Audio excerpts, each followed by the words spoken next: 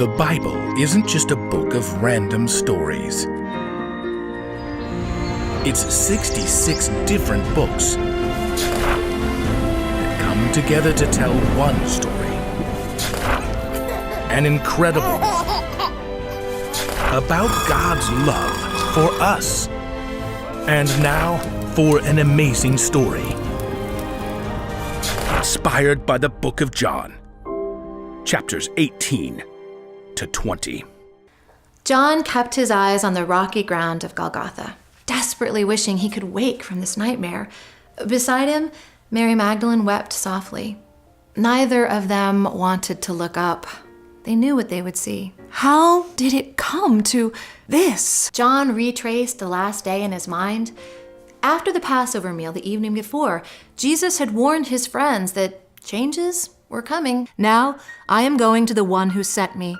It is for your good that I am going away. Later, Jesus and his disciples prayed in a grove of olive trees known as Gethsemane, and a mob sent by the high priest came to arrest him. Jesus' followers scattered, and John, well, he just shook his head, trying to clear his mind. We ran away. We deserted Jesus. You don't have to talk about it.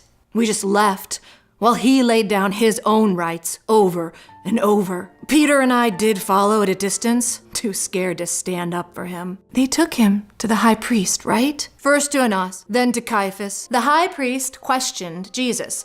His shrill voice rang through the open windows. I command you under oath, tell us if you are the Christ, the Son of God. Yes, it is just as you say. John had winced. He believed Jesus is the Son of God.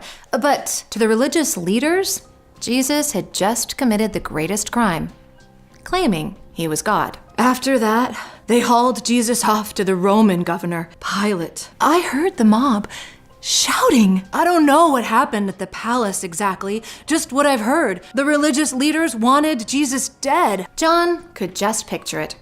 Pilate standing on his balcony, the Jewish leaders hanging back outside because they were unwilling to enter the home of a Roman, believing that it would make them unclean. Judge him yourselves, but we aren't allowed to put him to death. Pilate had interviewed Jesus and found no reason to put him to death.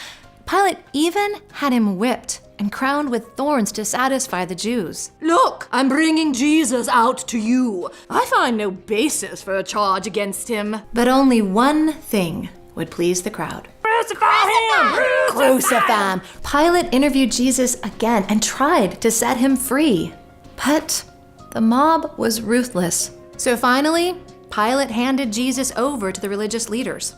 Soldiers came, took charge of him, leading him away to be hung on a cross on Golgotha, the same hill where John and Mary Magdalene were standing right now. Last night, Jesus said he could call on God anytime to send angel armies to protect him. So why doesn't he do that? Why is he letting this happen?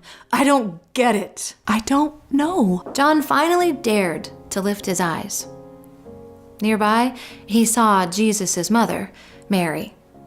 And then he saw Jesus, hanging on the cross between two other men. This can't be happening. In that moment, Jesus met John's eyes.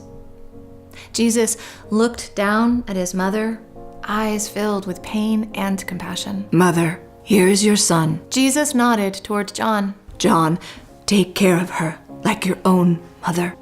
John nodded, speechless.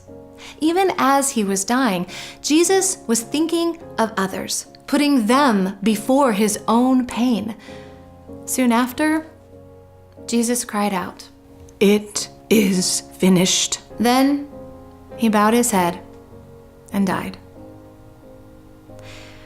John and all of Jesus' friends were devastated. They thought that Jesus had given himself up for nothing.